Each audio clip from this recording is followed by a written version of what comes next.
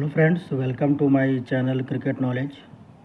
और Champions Trophy 2025 चल रहा है और दोनों सेमीफाइनल हो गया और अब तो फाइनल है। और फाइनल है इंडिया वर्सेस न्यूजीलैंड। 9 तारीख को होगा फाइनल, दुबई में फ़ाइनल होगा। तो थोड़ा सा मैं बात करना चाहता हूँ क्योंकि सेमीफाइनल पे मैं बात नहीं कर पाया था। तो सबसे पहले अगर बात करें इंडिया और ऑस्ट्रेलिया का जो सेमीफाइनल हुआ था, तो अच्छा मैच हुआ था। ऑस्ट्रेलिया वाले 35-40 रन कम बना पाए और कम से कम उनको मिनिमम 300 बनाना चाहिए था, तब में भी मैच में थोड़ा डिफरेंट रिजल्ट हो सकता था, बट वो नहीं कर पाए। कोई बात नहीं। लेकिन स्टीवन स्मिथ काफ़ी अच्छी बैटिंग किया और भारत की तरफ से विराट कोहली काफ़ी अच्छी बैटिंग किया। लेकिन पता है, अगर मेरे को आप रेट करने को कहो, चाहे मुझे रेट करना हो, तो मैं स्टीवन स्मिथ की पारी को उस दिन ज़्यादा रेट करूँगा थोड़ा, क्योंकि वो ज़्यादा इंडिया का स्पिन क्वालिटी अटैक बहुत ही ज़्यादा अच्छा है कंपैरिजन टू ऑस्ट्रेलिया। ओके, तो स्टीवन स्मिथ का जो बैटिंग था वो थोड़ा ज़्यादा अप्रिशिएट करना चाहिए। और विराट कोहली तो खैर नो डाउट चैम्पियन प्लेयर है, अच्छा खेला। और ऑस्ट्रेलिया वाले सेमीफाइनल में हार गए। ठीक है, चलो जो हुआ। और दूसरा मैच जो हुआ है सेमीफाइनल का न्यूजीलैंड और साउथ अफ्रीका में, तो साउथ अफ्रीका हार गया और न्यूजीलैंड वाले बहुत ज़्यादा रन बना दिए थे, 362 रन। और केन विलियमसन 100 बनाया था, रचिन रविंद्रा 100 बनाया था। न्यूजीलैंड की तरफ से आई थिंक 249 भी बने थे। तो 49 को अगर 50 मान लिया जाए तो देखा जाए तो न्यूजीलैंड की तरफ से 250 एक तरह से हो गया और 200 हो गया। ठीक है। और जब साउथ अफ्रीका की तरफ हम आएंगे तो साउथ अफ्रीका की तरफ से 250 लगा था, एक आई थिंक बाउमा बनाया था और एक वंडरडूसन बनाया था क्या, और एक 100 बनाया था डेविड मिलर। 67 बॉल में आई थिंक 100 डेविड मिलर बनाया था। ओके, तो न्यूजीलैंड की तरफ से 250 लग गया, 200 लग गया। और साउथ अफ्रीका की तरफ से 250 लगा और एक ही 100 लग पाया। तो जो एक 100 का डिफरेंस रहा वो बहुत भारी पड़ गया और 50 रन से साउथ अफ्रीका हारा था। हालांकि यहाँ पे अगर थोड़ा सा अगर आप मैच देखे होंगे और लॉजिकल एनालिसिस किया जाए तो डेविड मिलर ने बहुत लेट चार्ज करना, मतलब हिटिंग करना स्टार्ट किया था। उसको थोड़ा कम से कम 4-5 ओवर पहले स्टार्ट करना चाहिए था। डेविड मिलर को आप लोग नहीं जानते होंगे, मैं बहुत अच्छे से जानता हूँ। जब मैं सहवाग के क्लब से दिल्ली में खेलता था तो उस समय आईपीएल में वीरेंद्र सहवाग किंग्स 11 पंजाब का कैप्टन था और डेविड मिलर भी किंग्स 11 पंजाब से ही खेलता था आईपीएल में। और आईपीएल के लिए तो नहीं, लेकिन उस समय साउथ अफ्रीका टीम का इंडिया दौरा था, कोई T20 वनडे वगैरह तमाम चीज़ें थी। तो डेविड मिलर उसी क्लब में प्रैक्टिस करने आता था डेली। सहवाग का न्यू ऑडी था Q7 उसका, उसी से आता था वो डेविड मिलर प्रैक्टिस करने। तो डेविड मिलर का बैटिंग मैं लगभग मतलब 4-5 दिन लगातार नेट में देखा था, लगभग आधा घंटा 1-1 घंटा। और डेविड मिलर जिस तरह की बैटिंग करता है ना, तब बहुत ही ज़बरदस्त और बहुत ही खतरनाक खिलाड़ी है। उसके पास बहुत काबिलियत है। मेरे हिसाब से इंटरनेशनल क्रिकेट में अपने टैलेंट का वो मतलब 40% भी दे नहीं पाया है। ठीक है, डेविड मिलर जिस तरह का प्लेयर है, क्योंकि मैं उसको पास से देखा हूँ। अगर पास से मैं वीरेंद्र सहवाग को भी बैटिंग करते बहुत ज़्यादा देखा हूँ, उसको तो कई बार देखा होगा, हफ्तों देखा होगा सहवाग को बैटिंग करते हुए। लेकिन अगर आप नेट में बैटिंग देखो ना, वीरेंद्र सहवाग का बैटिंग देखो और डेविड मिलर का बैटिंग देखो, तो आपको लगेगा कि David Miller is far dangerous batsman than Virender Sehwag. मतलब डेविड मिलर जो है वीरेंद्र सहवाग से बहुत ज़्यादा खतरनाक बैट्समैन अगर आप नेट में देखोगे, जिस तरह की बैटिंग डेविड मिलर करता है। ओके।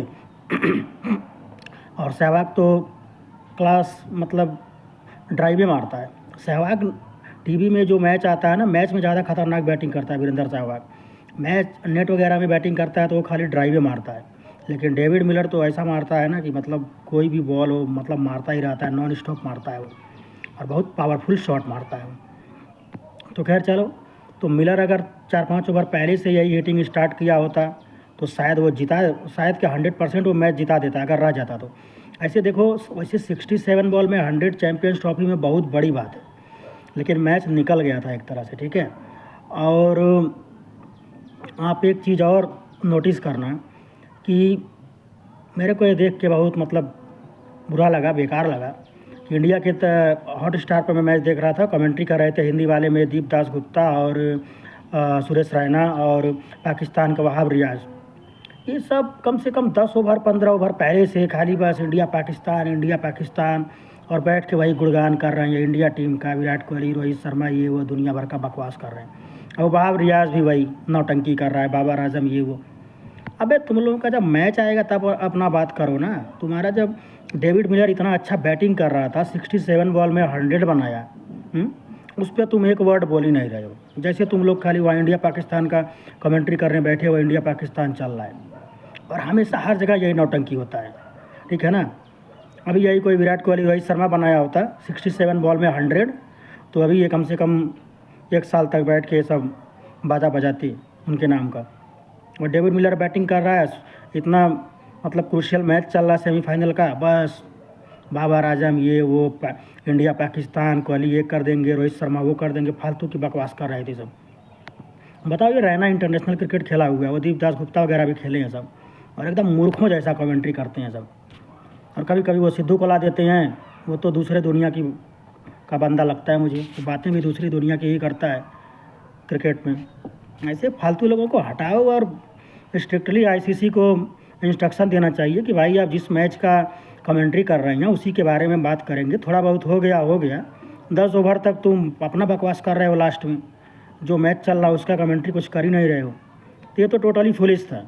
और जो लोग हॉटस्टार पर हिंदी कमेंट्री सुने होंगे उन लोगों को ये थोड़ा पता चलेगा। इसीलिए तो कई बार मैं मैक्सिमम टाइम इंग्लिश कमेंट्री ही सुनता हूँ, क्योंकि हिंदी वाले बकवास बहुत करते हैं बस। और कुछ बातें मुझे और करनी है पॉइंट वाली। चलो, ये तो दोनों टीमें चलो फाइनल में आ गई, इंडिया और न्यूजीलैंड, और मैच जो होगा देखा ही जाएगा। अब देखो, जो बात मैं चैम्पियंस ट्रॉफी स्टार्ट होते ही उठाया था कि इंडिया के सारे मैच एक ही ग्राउंड में हो रहे हैं, एक ही उनका सारा शेड्यूल फिक्स है, एक ही होटल में रुकना, वहीं प्रैक्टिस करना, तमाम चीज़ें। और यही क्वेश्चन जब गौतम गंभीर से पूछा गया तो फालतू का जो एक्सप्लेनेशन दे रहा है, वो तो बिल्कुल लॉजिकल नहीं है। और ये बातें मैं उठाया था काफ़ी पहले, और यही बातें ऑस्ट्रेलिया के कुछ एक्सपर्ट्स भी उठाए। ऑस्ट्रेलिया का एक पुराना क्रिकेटर है, वो तो हंस रहा था, कह रहा था कि इट्स टोटली लफेबल, मतलब ये हंसने योग्य है कि इंडियन टीम को इतना ज़्यादा एडवांटेज दिया जा रहा है इस तरह से, है। कह रहा था मतलब ये बिल्कुल समझ के बाहर है कि Champions Trophy is the biggest ICC tournament after World Cup and this type of things are going on. तो मतलब ये बिल्कुल ये सोचने वाली बात है। मैं ये किसी पार्टिकुलर मतलब फ्रेज में नहीं कह रहा हूँ, ये मतलब क्रिकेट के लिए जो लोग क्रिकेट को समझते हैं, क्रिकेट जानते हैं, उस हिसाब से ऐसा नहीं होना चाहिए बिल्कुल भी। आपको इतना ज़्यादा फेवर नहीं देना चाहिए। और मेरे पास तो एक आइडिया ये है कि अगर चलो इंडिया को पाकिस्तान नहीं जाना था, नहीं जाए, वो मैं भी चाहता हूँ, इंडिया पाकिस्तान जाने वाने का कोई कंट्री नहीं है, तो चलो ये अच्छा है। लेकिन होना क्या चाहिए था कि जैसे जो टॉप के क्रिकेट बोर्ड्स हैं कुछ और, जैसे ऑस्ट्रेलियन क्रिकेट बोर्ड है, इंग्लिश क्रिकेट बोर्ड है, न्यूजीलैंड है, साउथ अफ्रीका है, ये 4 कंट्री जो सीनियर कंट्रीज़ कही जाती हैं, ठीक है।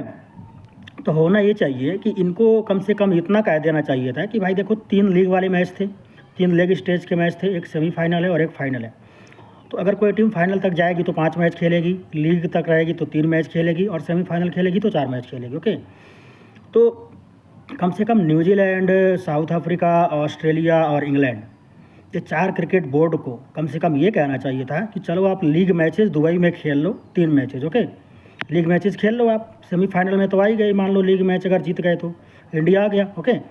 लेकिन जो सेमीफाइनल होगा वो या तो जैसे मान लो ऑस्ट्रेलिया और इंडिया का हुआ सेमीफाइनल, तो ऑस्ट्रेलिया को कहना चाहिए था कि चलो भाई तब सेमीफाइनल ऑस्ट्रेलिया में खेला जाएगा, आप पाकिस्तान नहीं जाओगे ना, आप ऑस्ट्रेलिया चलो। और आपको अगर यहाँ भी दिक्कत है कि आप सोच रहे हो कि हम आपको अपने कंट्री में ले जा रहे हैं, तो चलो आप ऑस्ट्रेलिया और इंडिया का सेमीफाइनल ऑस्ट्रेलिया में नहीं होगा, न्यूजीलैंड में होगा, चाहे इंग्लैंड में होगा, चाहे साउथ अफ्रीका में होगा, इन तीनों कंट्री में से कहीं भी होगा, ठीक है। चलो ऑस्ट्रेलिया को है एडवांटेज होता, ऑस्ट्रेलिया में नहीं होगा।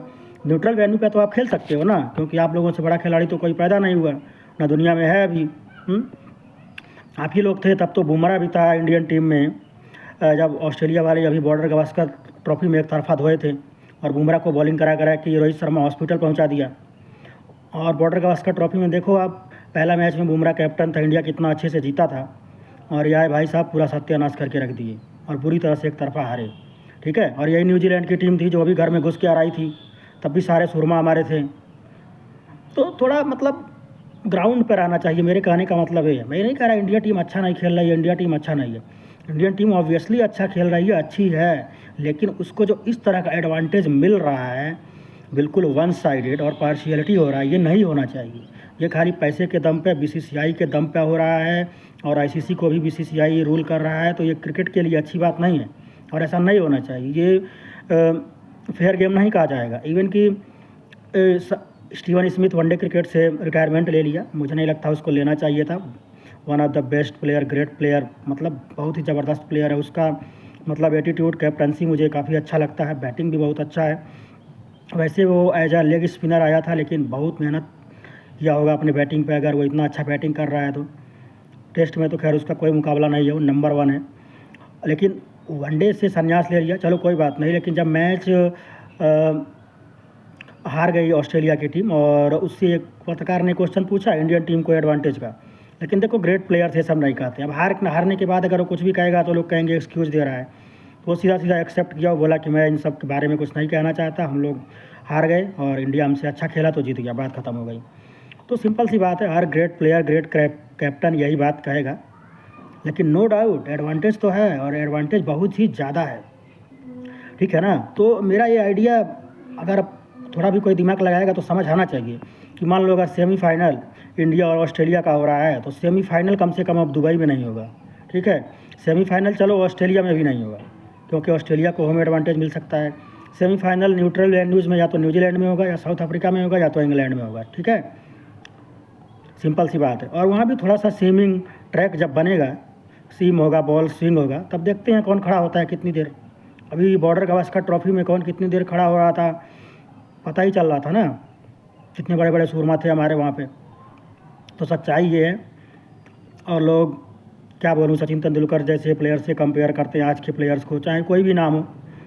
आप उठा के देखो, 2 वनडे क्रिकेट में 2 वाइट बॉल यूज होता है दोनों तरफ से, इसका मतलब एक बॉल से 25 ओवर ही होता होगा। पावर प्ले आ गया है, 3-3 पावर प्ले हो गया है, चाहे जो भी।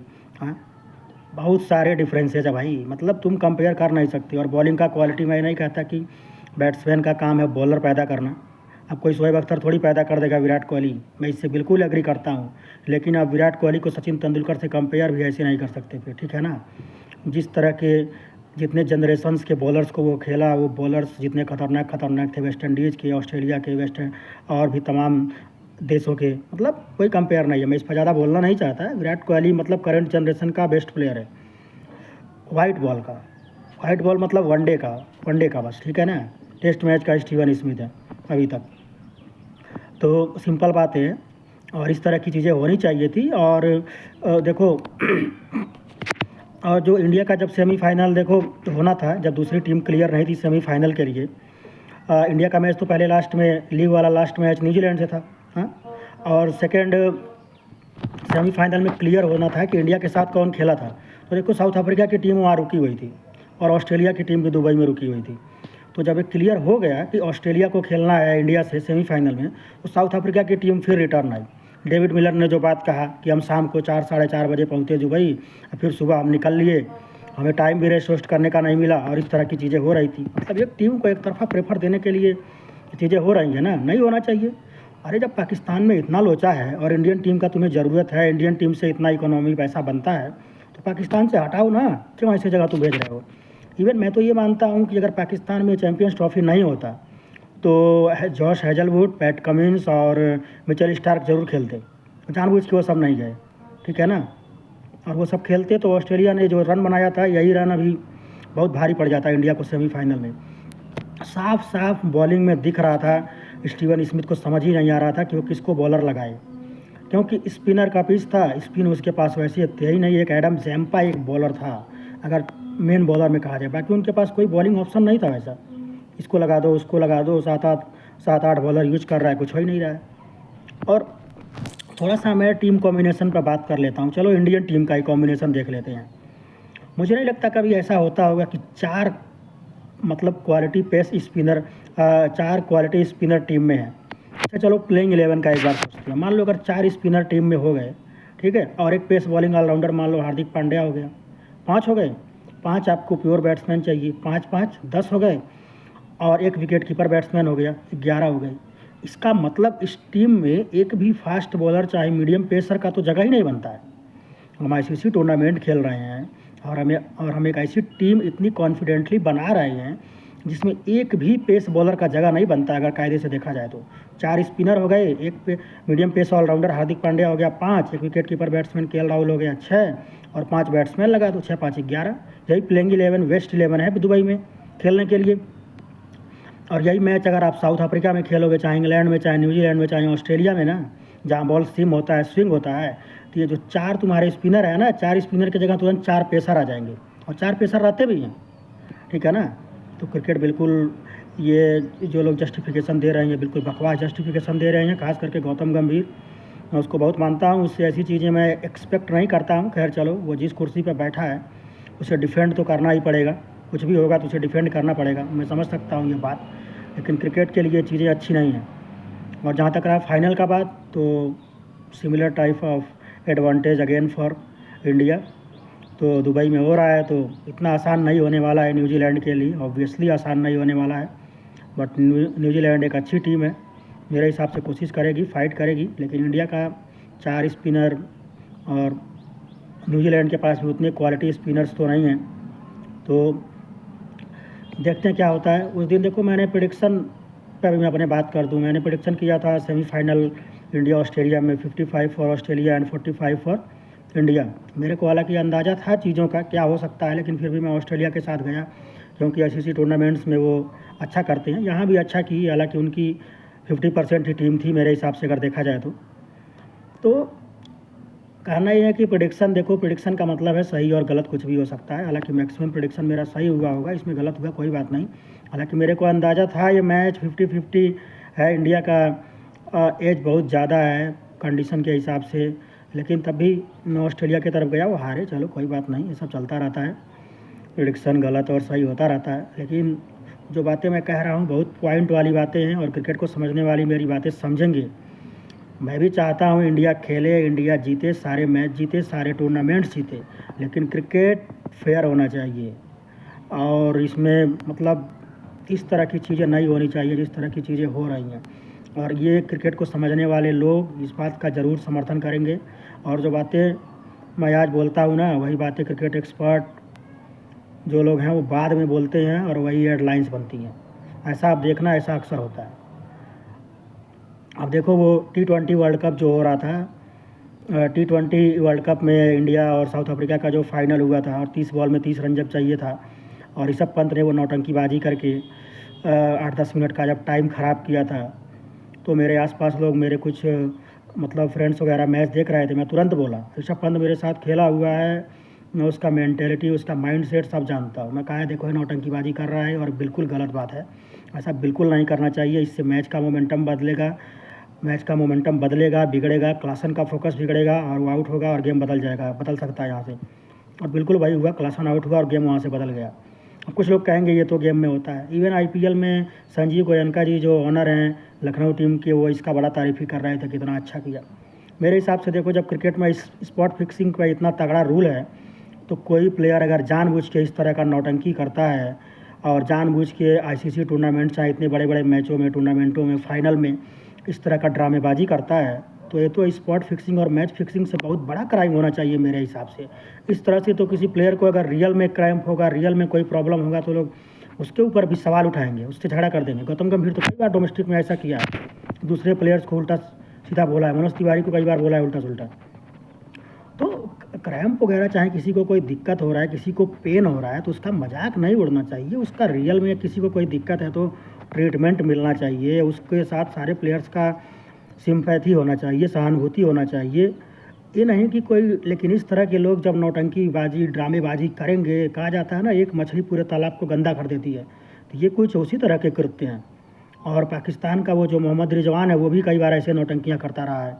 इवन देखो, कई बार आप देखो डुप्लेसी को कितना भयंकर क्रैम्प होता था, वो रियल में था, धोनी जब उसका ग्राउंड पर ट्रीटमेंट कर रहा था, वो कितना अच्छा सीन था। हाँ, आज भी लोग याद करते हैं जब मैक्सवेल को उतना दिक्कत हुआ था क्रैम्प्स, और वो डबल हैंडेड बनाया था, वो कितना अच्छा सीन था, हमेशा याद रखा जाएगा। लेकिन मेरे तरह हिसाब से जो ऋषभ पंत किया, इस तरह की चीज़ें बिल्कुल चीटिंग में, चोरी और 420 में आनी चाहिए और आईसीसी को इस पे कुछ स्ट्रिक्ट रूल बनाना चाहिए। देखो पूरा मैच बदल गया, एक टीम मैच हार गई और तुम ऐसी टीम के साथ इस तरह का चीटिंग कर रहे हो। साउथ अफ्रीका जैसी टीम, उसमें जो प्लेयर्स हैं कभी कोई किसी से तू तड़ाक झगड़ा लड़ाई कुछ नहीं करते हैं। हेनरी क्लासन बस खेलने पर ध्यान देता है, वो नहीं सोचता कि इस तरह का मतलब चीटिंग भी किया जा रहा है, वो सोचेगा ही नहीं, सोचता है। न्यूजीलैंड वाले देखो कितना फेयर गेम खेलते हैं, कभी कोई लड़ाई झगड़ा कुछ नहीं, इस तरह की चीज़ें ना सोचते हैं ना करते हैं। लेकिन इस तरह की चीज़ें देखो हमारे इंडिया में ऐसे लोगों के दिमाग में आ सकती हैं, ऋषभ पंत जैसे लोगों के दिमाग में। और मैं ये भी कहा था कि रोहित शर्मा उसका समर्थन किया होगा और देखो रोहित शर्मा को बाद में ये लोग आके टीवी पर इंटरव्यू दे रहे हैं, हम किए थे, जानबूझ के किए थे, ये किए थे, वो किए थे। रोहित शर्मा भी समर्थन कर रहा था उस चीज़ का। देखो मैं तो ऐसी चीज़ों का ना कभी समर्थन किया, ना कर रहा हूँ, ना करूँगा। मेरे हिसाब से चोरी 420 चीटिंग में आता है और इस तरह की चीज़ों को बिल्कुल क्रिकेट में अलाउ नहीं होना चाहिए। और अगर स्पॉट फिक्सिंग जैसी चीज़ों पर इतने बड़े बड़े रूल्स हैं तो इस तरह से कोई मैच में अगर 8-10 मिनट तक टाइम ख़राब करता है तो उस पर बिल्कुल स्ट्रिक्ट एक्शन होना चाहिए। और मतलब मेरे हिसाब से तो ऐसे लोगों पर बैन लगाया जाना चाहिए ताकि क्रिकेट में अच्छे लेसन्स क्रिएट किए जा सकें। लेकिन ऐसी चीज़ों को अप्रिशिएट किया जा रहा है, लोग आके हेडलाइन बना रहे हैं, शाबाशियाँ मिल रही हैं, बहुत दुर्भाग्यपूर्ण है। मेरे हिसाब से तो आज भी वो फाइनल साउथ अफ्रीका ही जीता है, दैट्स इट, ठीक है ना।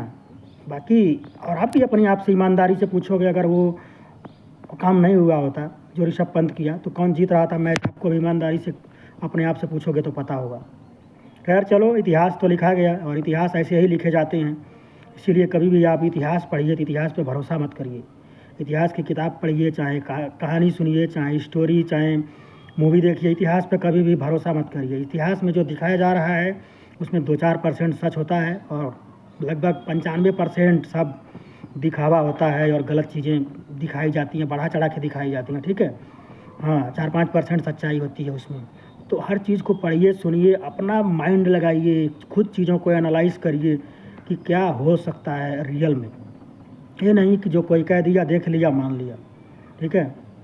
तो सिंपल सा बात है, क्रिकेट एक अच्छा गेम है। देखो क्रिकेट जेंटलमैन्स गेम कहा जाता है। अब ऋषभ पंत जो किया, इसे कौन सा जेंटलमैन कृत्य कहा जाएगा? मैं तो बहुत आश्चर्य में हूँ। बिल्कुल भी ये चीटिंग में आना चाहिए 100%।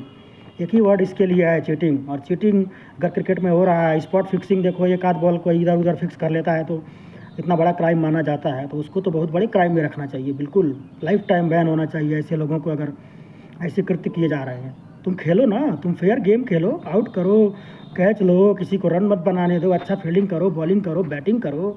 ये तो तुम जानबूझ के नौटंकी कर रहे हो, चीटिंग कर रहे हो, तो टोटली गलत है, मतलब अनएक्सेप्टेबल होना चाहिए बिल्कुल भी।